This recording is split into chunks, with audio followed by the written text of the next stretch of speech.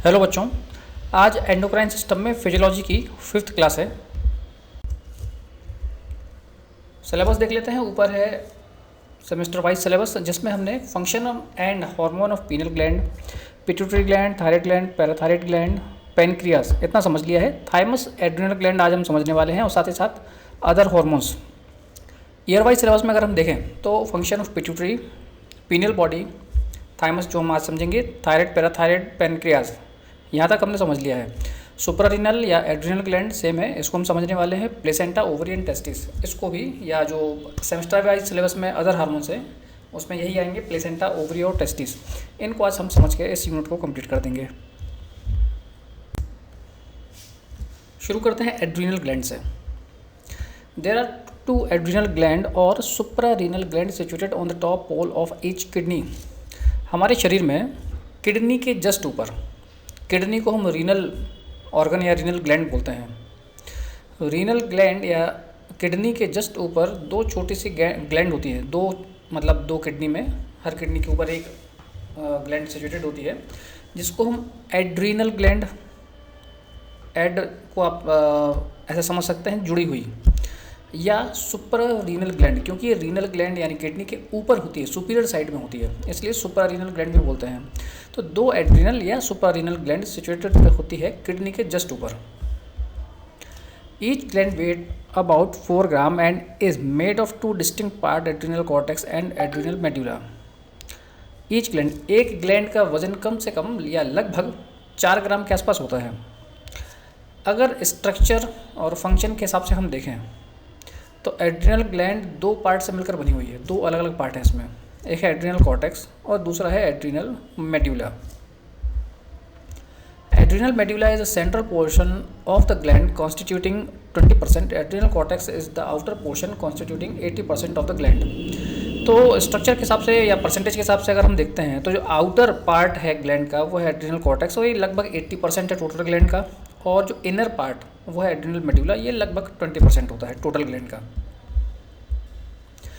These two portions are developmentally, structurally and functionally different from each other। तो जो दोनों portion हैं, adrenal cortex, adrenal medulla, ये adrenal gland के part हैं। ये दोनों पार्ट डेवलपमेंटली यानी डेवलपमेंट के हिसाब से, स्ट्रक्चर उनकी संरचना के हिसाब से, फंक्शन उनके काम के हिसाब से या उनकी फिजियोलॉजी के हिसाब से एक दूसरे से बिल्कुल अलग है। डायग्राम से समझ लेते हैं। लेफ्ट साइड में देखिए किडनी है, किडनी के जस्ट ऊपर एड्रिनल या सुप्रा रीनल ग्लैंड है। एड्रिनल ग्लैंड को अगर हम डाइसेक्ट करते हैं तो देखेंगे सबसे आउटर लेयर जो है वो कैप्सूल है, कैप्सूल के बाद फिर एड्रिनल कॉर्टेक्स है और सबसे इनर पार्ट मेडुला है। आप देखेंगे कॉर्टेक्स में अलग अलग कलर की लेयर आपको दिख रही हैं। तो ये अलग अलग लेयर्स होती हैं कॉर्टेक्स में, जिनके अलग अलग नाम है, और इन अलग अलग लेयर से अलग अलग हॉर्मोन्स भी सीक्रेट होते हैं। तो पहले एड्रिनल कॉर्टेक्स समझते हैं, फिर मेडुला की बात करेंगे। Adrenal cortex has got 3 different layers which are very distinct from one another। अब यहाँ पर देखेंगे एड्रिनल कॉर्टेक्स में 3 अलग अलग लेयर हैं और ये तीनों लेयर एक दूसरे से अलग होती है। नाम है जोना ग्लैमेरुलोसा, जोना फेसिकुलेटा और जोना रेटिकुलारिस। अब इन तीनों लेयर को डायग्राम से समझ लेते हैं। लेफ्ट साइड में देखेंगे पहले ट्रांसवर्स सेक्शन है, तो सबसे बाहर कैप्सूल है, फिर कॉर्टेक्स और मेडुला है। राइट साइड में देखिए माइक्रोस्कोपिक सेक्शन, सबसे पहले कैप्सूल, फिर है जोना ग्लैमेरुलोसा, जोना फेसिकुलेटा और जोना रेटिकुलारिस, आउटर टू इनर, और फिर उसके नीचे देखिए medulla. Hormone secreted from adrenal cortex, यानी कि एड्रिनल कॉर्टेक्स से कौन कौन से हार्मोन सीक्रेट होते हैं उनके बारे में बात करेंगे। तो पहले है मिनरलोकॉर्टिकॉइड, दूसरा है ग्लूकोकॉर्टिकॉइड, तीसरा है सेक्स हार्मोन। ये किसी हार्मोन का नाम नहीं है, ये टाइप या ग्रुप ऑफ हार्मोन के नाम है। जैसे कि कुछ हार्मोन्स जो मिनरल्स पे एक्ट करेंगे, मिनरलोकॉर्टिकॉइड, कुछ ग्लूकोज के मेटाबॉलिज्म पे एक्ट करेंगे तो ग्लूकोकॉर्टिकॉइड, और कुछ सेक्स हार्मोन्स होते हैं। कॉर्टिकॉइड जो टर्म है वो यूज़ होती है कॉर्टेक्स, एड्रिनल कॉर्टेक्स से जो हार्मोन निकल रहे हैं, इसलिए उनको कॉर्टिकॉइड उनके पीछे जोड़ा गया है। तो मिनरल कॉर्टिकॉइड मिनरल पे एक्ट करने वाले हैं, ग्लूकोकॉर्टिकॉइड ग्लूकोज के मेटाबॉलिज्म या ग्लूकोज पर एक्ट करने वाले हैं, और कुछ सेक्स हार्मोन हैं। तो अब शुरू करेंगे हम मिनरल कॉर्टिकॉइड से। मिनरलोकॉर्टिकॉइड्स में कौन कौन से हार्मोन्स आते हैं अब हम देखेंगे। तो मिनरलोकॉर्टिकॉइड्स आर एल्डोस्टेरॉन, ये हार्मोन का नाम है aldosterone, 11 deoxycorticosterone. Mineralocorticoids act on the metabolism of electrolytes और minerals especially sodium and potassium and has the name mineralocorticoids. जो मिनरलोकॉर्टिकॉइड्स होते हैं ये इलेक्ट्रोलाइट्स या हम बोलते हैं मिनरल्स के मेटाबॉलिज्म पर एक्ट करते हैं। मिनरल्स के मेटाबॉलिज्म पर एक्ट करते हैं इसलिए इनको मिनरलोकॉर्टिकॉइड कहा गया है। स्पेशली सोडियम एंड पोटेशियम, तो मेनली सोडियम और पोटेशियम पर ही एक्ट करते हैं। These hormones are mostly secreted by the zona glomerulosa of adrenal cortex। Adrenal cortex की जो आउटर लेयर है कैप्सूल के जस्ट नीचे, जोना ग्लोमेरुलोसा, वहाँ से ये मिनरलोकॉर्टिकॉइड सीक्रेट होते हैं।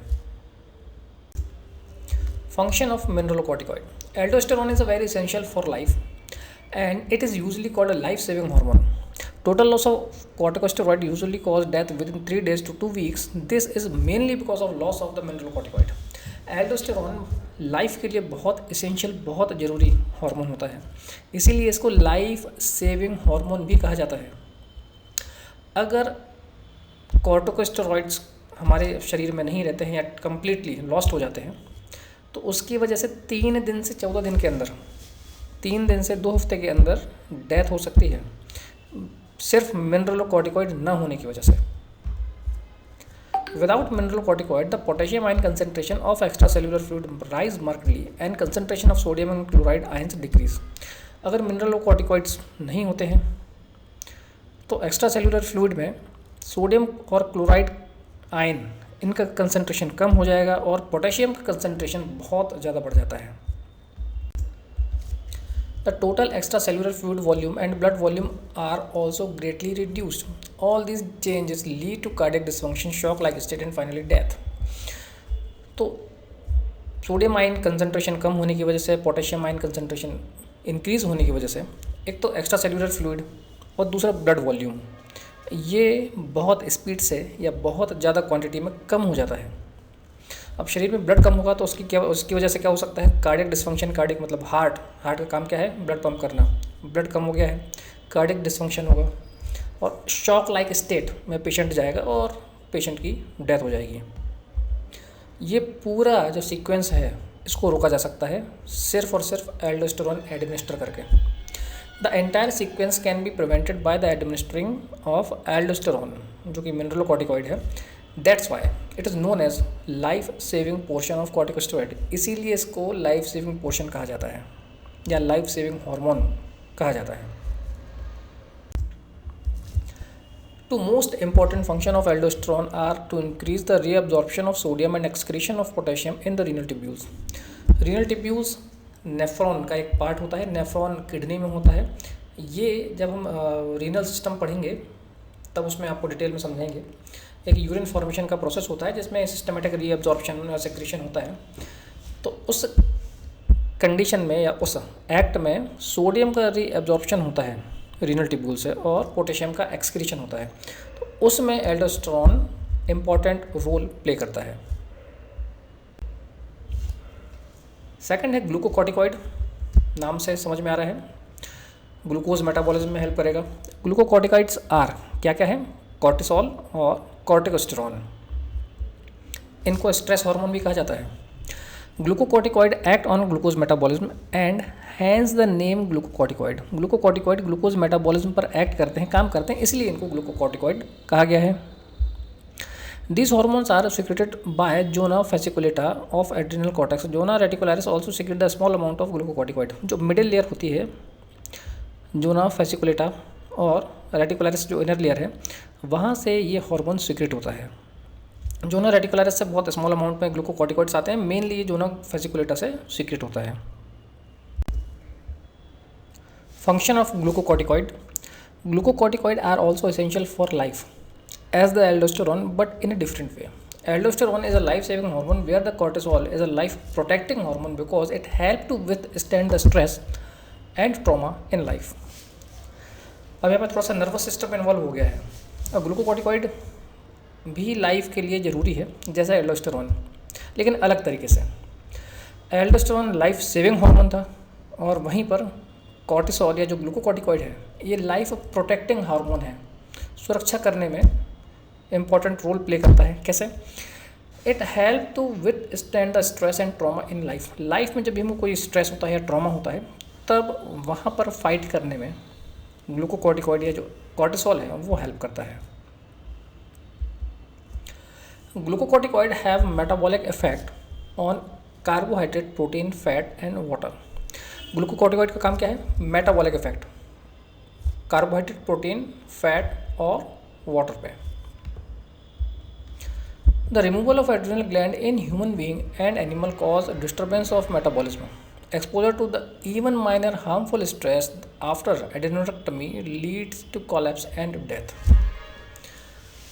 एड्रिनल ग्लैंड रिमूवल एक प्रोसीजर होता है जिसको हम बोलते हैं एड्रेनेक्टमी, जो किसी किसी कंडीशन में एडवाइज्ड रहता है। तो अगर एड्रिनल ग्लैंड रिमूव होती है तो उसकी वजह से मेटाबॉलिज्म में काफ़ी डिस्टर्बेंस होता है, और कोई माइनर हार्मफुल या माइनर स्ट्रेस सिचुएशन क्रिएट हुई, ऐसी माइनर स्ट्रेस वाली कंडीशन में भी पेशेंट कोलैप्स कर सकता है और पेशेंट की डेथ हो सकती है। थर्ड है adrenal sex hormones. Sex hormone कौन कौन से हैं? Androgens, estrogen, progesterone. अब एंड्रोजन कोई पर्टिकुलर हार्मोन का नाम नहीं है, जो मेल सेक्स हार्मोन्स होते हैं उनको एंड्रोजन कहा जाता है। ईस्ट्रोजन, प्रोजेस्टेरोन हार्मोन्स के नाम है, ये फीमेल सेक्स हार्मोन के नाम है। Zona reticularis and zona fasciculata to some extent secrete the sex hormone. जो जोना रेटिकुलरिस और जोना फेसिकुलेटर लेयर होती है, मिडिल इनर लेयर है, वहाँ से कुछ मात्रा में सेक्स हार्मोन रिलीज होते हैं। Most of the hormones are male sex hormone. जो मैक्सिमम या हम बोल सकते हैं टोटल अमाउंट है, तो मैक्सिमम जो हार्मोन है वो एंड्रोजन होते हैं, यानी कि मेल सेक्स हार्मोन होते हैं, but small quantity of estrogen and progesterone also secreted by the adrenal cortex. Mainly जो ईस्ट्रोजन और प्रोजेस्टेरोन है ये ओवरी से सीक्रेट होता है, पर स्मॉल क्वांटिटी में एड्रिनल ग्लैंड से भी सीक्रेट होता है, और मेनली इसमें से मेल सेक्स हार्मोन ही रिलीज होते हैं। Male sex hormones are called androgen. Male sex hormones को ग्रुप में एंड्रोजन कहा जाता है। एंड्रोजन या जो मेल सेक्स हार्मोन्स हैं कौन कौन से हैं वो देख लेते हैं। The androgen secreted by adrenal cortex are dehydroepiandrosterone, androstenedione और testosterone. The androgens in general are responsible for masculine feature of the body, but in a normal condition the adrenal androgens have insignificant effect because of the low amount of secretion both in males and females. तो generally अगर हम देखें तो जो mail और female sex hormone है, mail sex hormone testis से release होते हैं, फीमेल सेक्स हार्मोन ओवरी से रिलीज होते हैं, पर स्मॉल क्वांटिटी में, बहुत बहुत कम अमाउंट में एड्रिनल ग्लैंड से सेक्स हार्मोन से रिलीज होते हैं।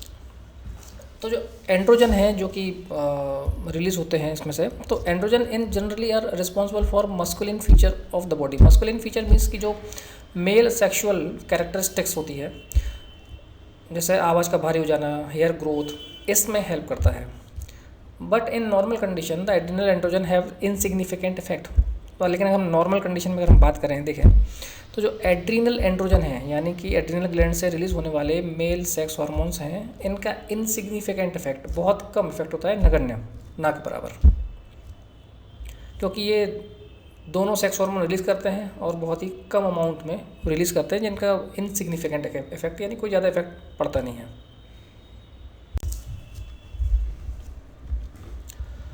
एड्रिनल ग्लैंड में एड्रिनल कॉर्टेक्स हमने समझ लिया है। इसमें से लेफ्ट साइड से देखिए मिनरलोकॉर्टिकॉइड, ग्लूकोकॉर्टिकॉइड और sex hormone, outer to inner, outer layer to inner layer, mineralo, gluco और एंड्रोजन या सेक्स हार्मोन रिलीज होते हैं। एड्रिनल कॉर्टेक्स अब हमने समझ लिया। अब हम बात करेंगे एड्रिनल मेडुला के बारे में। एड्रिनल मेडुला से कौन कौन से हार्मोन सीक्रेट होते हैं और इनका क्या क्या काम होता है। Medulla is the inner part of adrenal gland and form 20% of mass of adrenal gland. तो अगर टोटल एड्रिनल ग्लैंड के बारे में हम बात करते हैं तो 80% एड्रिनल कॉर्टेक्स है और 20% पार्ट जो है वो मेडुला होता है। These cells are called chromophil cells और फियोक्रोम सेल्स और chromaffin cells. Chromaffin cells are 2 types, ये 2 प्रकार की होती हैं। एड्रेनलिन सिक्रेटिंग सेल्स और नॉर एड्रेनलिन सिक्रेटिंग सेल्स। जो एड्रेनलिन सिक्रेटिंग सेल्स है 90% होती है और नॉन एड्रेनलिन सिक्रेटिंग सेल्स 10% होती हैं। एड्रेनल मेडुला से कौन कौन से हार्मोन सीक्रेट होते हैं? तो सबसे पहले कैटेकोलामाइंस, जैसे ग्रुप था एड्रोजन या मिनरल कॉर्टिकॉइड, ठीक वैसा ही कैटेकोलामाइंस हैं। कैटेकोलामाइंस में क्या क्या आता है? एड्रेनलिन जिसको एपिनेफ्रिन कहा जाता है, नॉर एड्रेनलिन जिसको हम नॉर एपिनेफ्रिन के नाम से भी जानते हैं, और डोपामिन। ये 3 हार्मोन सीक्रेट होते हैं। इन तीनों को हम कैटेकोलामाइंस भी बोलते हैं। Action of adrenaline and noradrenaline, इनके काम क्या है, फंक्शन क्या है? The circulating adrenaline and non adrenaline exert the same effect as that of sympathetic stimulation. जब हम ग्लूकोकॉर्टिकॉइड समझ रहे थे तभी मैंने बोला था इसका नर्वस सिस्टम से रिलेटेड रिलेशन है। ठीक वैसे ही एड्रेनलिन और नॉन एड्रेनलिन, इनका एक्शन या इनका जो इफेक्ट है सेम सिंपैथेटिक स्टिमुलेशन जैसा है। नर्वस सिस्टम में जो हमने समझा था sympathetic stimulation, but the effect of hormone is prolonged 10 times more than that sympathetic stimulation. पर सिंपैथेटिक स्टिमुलेशन से 10 गुना ज़्यादा इफेक्ट होता है।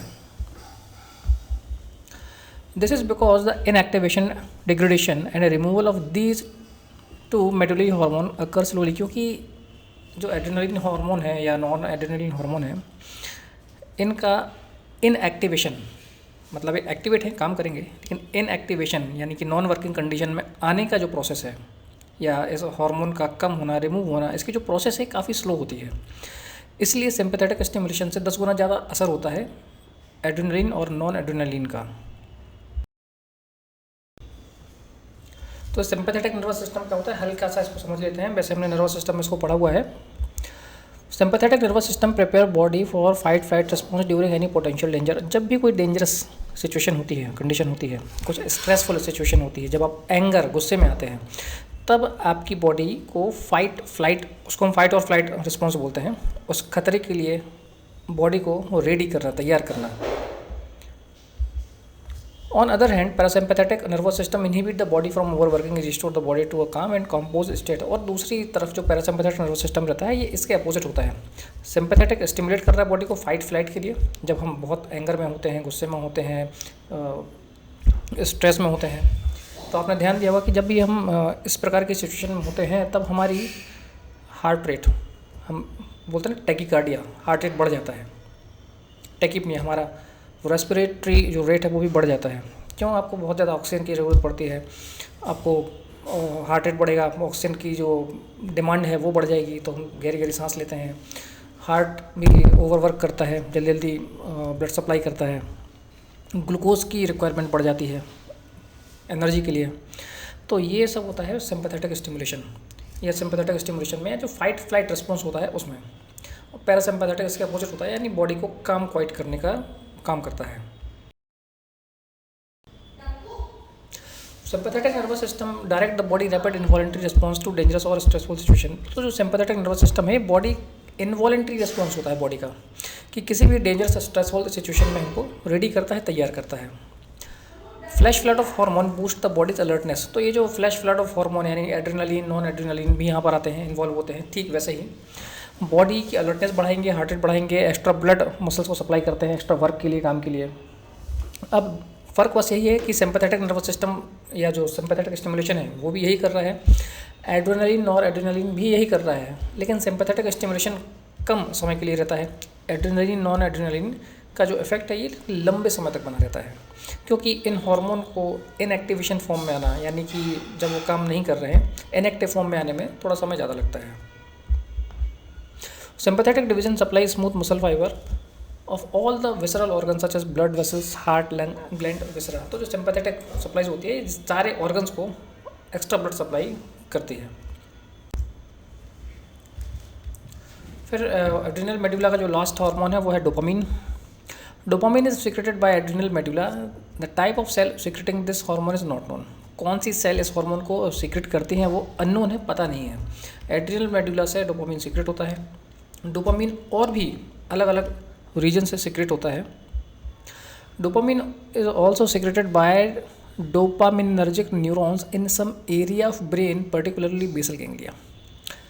ब्रेन में बेसल गैंग्लिया एक पार्ट होता है, वहाँ से भी डोपामिन सीक्रेट होता है डोपामिनर्जिक न्यूरॉन के through. In brain the hormone act as a neurotransmitter. तो ब्रेन में ये डोपामिन है, ये न्यूरो ट्रांसमीटर जैसे एक्ट करता है. The other physiological function of circulating dopamine are not known. तो और क्या इसके इफेक्ट होते हैं और क्या इसके काम होते हैं वो अननोन है, पता नहीं है, लेकिन ब्रेन में ये न्यूरो ट्रांसमीटर के जैसे एक्ट करता है. The injected dopamine produce the following effect. तो इंजेक्टेड जब इन्फ्यूज़ करते हैं बाहर से सिंथेटिक डोपामिन देते हैं, उसके क्या क्या इफेक्ट होते हैं. Vasoconstriction by releasing norepinephrine, vasoconstriction करवाता है. वैसो डायलेशन कराता है मेसेंट्री में. Increase heart rate by beta receptors. Increase systolic blood pressure. Dopamine does not affect diastolic blood pressure. Systolic blood pressure बढ़ता है, diastolic नहीं बढ़ता है. हार्ट रेट बढ़ाएगा, वैसो डायलेशन कराएगा, वैसो कॉन्स्ट्रक्शन भी कराएगा. Deficiency of dopamine in basal ganglia produce nervous disorder called Parkinsonism. Dopamine की कमी बेसल गैंग्लिया में, अगर डोपामिन की कमी होती है तो एक नर्वस डिसऑर्डर होता है जिसको हम पार्किंसनिज्म बोलते हैं, जिसमें ट्रेमर्स, हाथ कांपते हैं, सिर कांपता है. नेक्स्ट है थाइमस. थाइमस, ये हमने एड्रिनल ग्लैंड कंप्लीट कर लिए, हम नेक्स्ट एंडोक्राइन ग्लैंड पे आ गए हैं. Thymus. Thymus has lymphoid function and endocrine function. Thymus का दो काम है, एक तो लिम्फॉइड फंक्शन है, दूसरा एंडोक्राइन फंक्शन भी है. It play an important role in the development of immunity in body. Body की इम्यूनिटी को डेवलप करने में इंपॉर्टेंट रोल प्ले करता है. It is situated in the front of trachea below the thyroid gland. Thyroid gland के just नीचे ये situated होता है. Thymus is small in newborn infant and gradually enlarge till puberty and then decrease in size. Newborn जो infant होते हैं, इनमें thymus का जो साइज़ है वो काफ़ी छोटा होता है, और प्यूबर्टी तक आने में इसका साइज़ बढ़ता रहता है और उसके बाद साइज़ कम होना शुरू हो जाता है. लोकेशन देखिए, ऊपर थायराइड ग्लैंड है, लेफ्ट साइड देखिए ट्रेकिया में दिख रही है थायराइड ग्लैंड, उसके नीचे थाइमस ग्लैंड सिचुएटेड होती है. Right lobe, left lobe, safety और लोब्यूल्स, ये इसके पार्ट्स होते हैं. कौन कौन से हार्मोन सीक्रेट होते हैं थाइमोसिन और थाइमिन. फंक्शन क्या है, दो फंक्शन है, लिम्फोसाइट प्रोड्यूस करना और दूसरा है एंडोक्राइन फंक्शन. तो एक एक करके समझ लेते हैं. लिम्फोसाइट्स में क्या है, प्रोसेसिंग में हेल्प करता है. Thymus play an essential role in development of immunity by processing the T lymphocyte. T lymphocyte की प्रोसेसिंग में हेल्प करता है, इसके थ्रू इम्यूनिटी डेवलपमेंट करने में हेल्प करता है. The lymphocyte which are produced in bone marrow are processed in thymus into T lymphocyte. तो जो लिम्फोसाइट बोन मैरो में प्रोड्यूस होते हैं, बनते हैं, उसके बाद उनकी प्रोसेसिंग होती है थाइमस में और वहाँ से टी लिम्फोसाइट बनते हैं. एंडोक्राइन फंक्शन क्या है थाइमस का. Thymus secrete two hormone namely thymosin और थाइमिन. दो हार्मोन सीक्रेट होते हैं, थाइमोसिन और थाइमिन. इनका काम क्या है. Thymosin is peptide, accelerate the lymphopoiesis. It mainly promote the proliferation of T lymphocyte. T lymphocyte के प्रोलिफरेशन में ये हेल्प करता है या उस प्रोसेस को एक्सेलरेट करता है, यानी कि बढ़ाता है. थाइमिन का काम क्या है, ये थाइमोपोइटिन है. It suppress the neuromuscular activity by the inhibiting acetylcholine release. Next आते हैं ओवरी. फीमेल रिप्रोडक्टिव सिस्टम में ओवरी. तो जो अभी हम एड्रिनल ग्लैंड में, एड्रिनल कॉर्टेक्स में सेक्स हार्मोन हमने देखा था,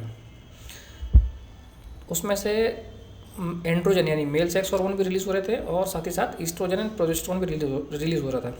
मेनली ईस्ट्रोजन प्रोजेस्टेरोन ओवरी से ही रिलीज़ होता है. एड्रिनल ग्लैंड से नाम मात्र का, या हम बोल सकते हैं बहुत ही कम क्वांटिटी में सेक्स हार्मोन रिलीज़ होते हैं. Hormone secreted from ovary. Ovary से मेनली दो हार्मोन सीक्रेट होते हैं, ईस्ट्रोजन और प्रोजेस्टेरोन. ईस्ट्रोजन का काम क्या है, सेल्यूलर प्रोलिफरेशन और टिश्यू ग्रोथ. जो फीमेल रिप्रोडक्टिव ऑर्गन होते हैं उनमें टिश्यू ग्रोथ कराने का काम ईस्ट्रोजन का होता है. और प्रोजेस्टेरोन का काम क्या है, final preparation of uterus for pregnancy. Uterus को प्रेगनेंसी के लिए प्रिपेयर करना, ये काम होता है प्रोजेस्टेरोन का. यहाँ पर हम बहुत ज़्यादा डिटेल नहीं समझ रहे हैं. अभी नेक्स्ट जो यूनिट है हम कोशिश करेंगे कि रिप्रोडक्टिव सिस्टम या रीनल सिस्टम करें. तो अगर रिप्रोडक्टिव करते हैं तो वहाँ पर हम इसको डिटेल में समझेंगे. उसके बाद है जैसे ओवरी है फीमेल रिप्रोडक्टिव सिस्टम में, ठीक वैसे ही टेस्टिस होते हैं मेल रिप्रोडक्टिव सिस्टम में। ये भी मेल सेक्स हार्मोन का सिक्रेशन करते हैं या एंड्रोजन का सिक्रेशन करते हैं। कौन कौन से हार्मोन सिक्रेट होते हैं? तो टेस्टोस्टेरोन है, डाइहाइड्रोटेस्टोस्टेरोन और androstenedione. Hormone secreted from kidney, kidney से भी कुछ हार्मोन सिक्रेट होते हैं। सबसे पहले एरिथ्रोपोइटिन जो कि एरिथ्रोपोइसिस में हेल्प करता है। सेकंड है रेन जो कि एंजियोटेंसिन के साथ मिलकर ब्लड प्रेशर मेंटेन करने में हेल्प करता है। और 1,2,5 डाईहाइड्रोक्सी कोलेकैल्सिफेरॉल, ये विटामिन डी जो कि कैल्शियम के एब्जॉर्प्शन में हेल्प करता है। Hormone secreted from heart, heart से भी एक हार्मोन सिक्रेट होता है जिसका नाम है एट्रियल नेट्रियूरेटिक पेप्टाइड। यूरेटिक से समझ जाइए, यूरिन से रिलेटेड है। ये यूरिन के थ्रू सोडियम आयन का एक्सक्रीशन बढ़ाता है। Hormone secreted from placenta, placenta क्या होता है और कहाँ होता है? यूट्रस में। जब कोई लेडी प्रेग्नेंट होती है, प्रेगनेंसी में यूट्रस में एमनियोटिक फ्लूइड होता है, एमनियोटिक फ्लूइड में बेबी रहता है। यूटेराइन वॉल या यूट्रस की वॉल पे एक स्ट्रक्चर ऑर्गन डेवलप होता है जिसको बोलते हैं प्लेसेंटा। ये यूट्रस से चिपका रहता है और इस प्लेसेंटा से एक कॉर्ड निकलती है जिसको बोलते हैं अम्बिलिकल कॉर्ड, और ये अम्बिलिकल कॉर्ड बेबी के अम्बिलिकस या जो नाभि वहाँ पर कनेक्ट होती है। तो प्लेसेंटा की वॉल से जो भी न्यूट्रिशन है या जो गैस एक्सचेंज का काम है वो सब प्लेसेंटा, फिर अम्बिलिकल कॉर्ड और अम्बिलिकस, यहाँ पे सब गैस एक्सचेंज इसके थ्रू होता है। तो इस प्लेसेंटा से भी कुछ हार्मोन सिक्रेट होते हैं। तो सबसे पहले है HCG। ये ब्लड टेस्ट में अगर HCG बढ़ा हुआ है तो इसका मतलब प्रेगनेंसी कन्फर्म है। जो प्रेगनेंसी आइडेंटिफाई करने के लिए ब्लड टेस्ट होता है उसमें हम HCG ही चेक करते हैं। इसके अलावा HCSM है, ईस्ट्रोजन है, प्रोजेस्टेरोन है। ये रियल प्लेसेंटा है और ये अम्बिलिकल कॉर्ड भी आपको दिख रही है इसमें।